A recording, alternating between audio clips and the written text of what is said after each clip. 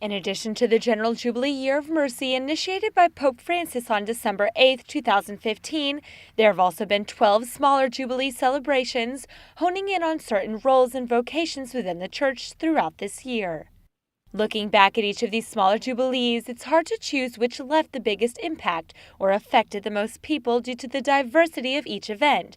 In order to do so, we spoke to one of the organizers for the Jubilee. We never want to judge an event solely by the numbers, because each of the different events had a different outreach, a different group that it was trying to reach out to and to inspire and to touch. So while, for example, the Jubilee for Children, having close to 100,000 children between the ages of 13 and 15 was wonderful. Again, we don't want to compare those numbers to, say, the Jubilee for Catechists, where that was going to be a smaller group just by definition. The Jubilees cater to those who minister to others, whether physically, such as caretakers and volunteers, or spiritually, like religious, deacons, and priests.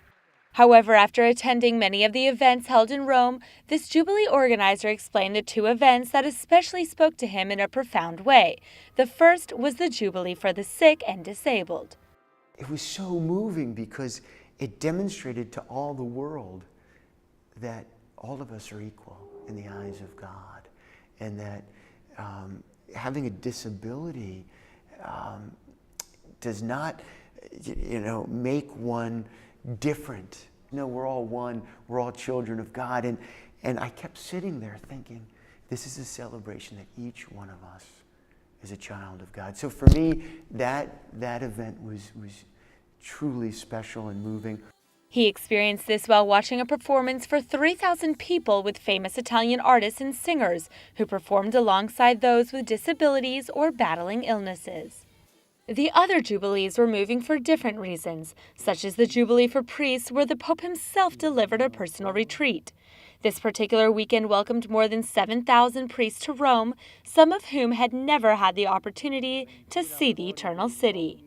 To see how moved priests were, to have been able to come to Rome for the first time in their lives, to be in the presence of the Holy Father, and to just sense their excitement. And a lot of these priests, they toil every day in the vineyard of the Lord, and sometimes they feel disconnected and alone, and yet here they were together with other priests, with the Holy Father.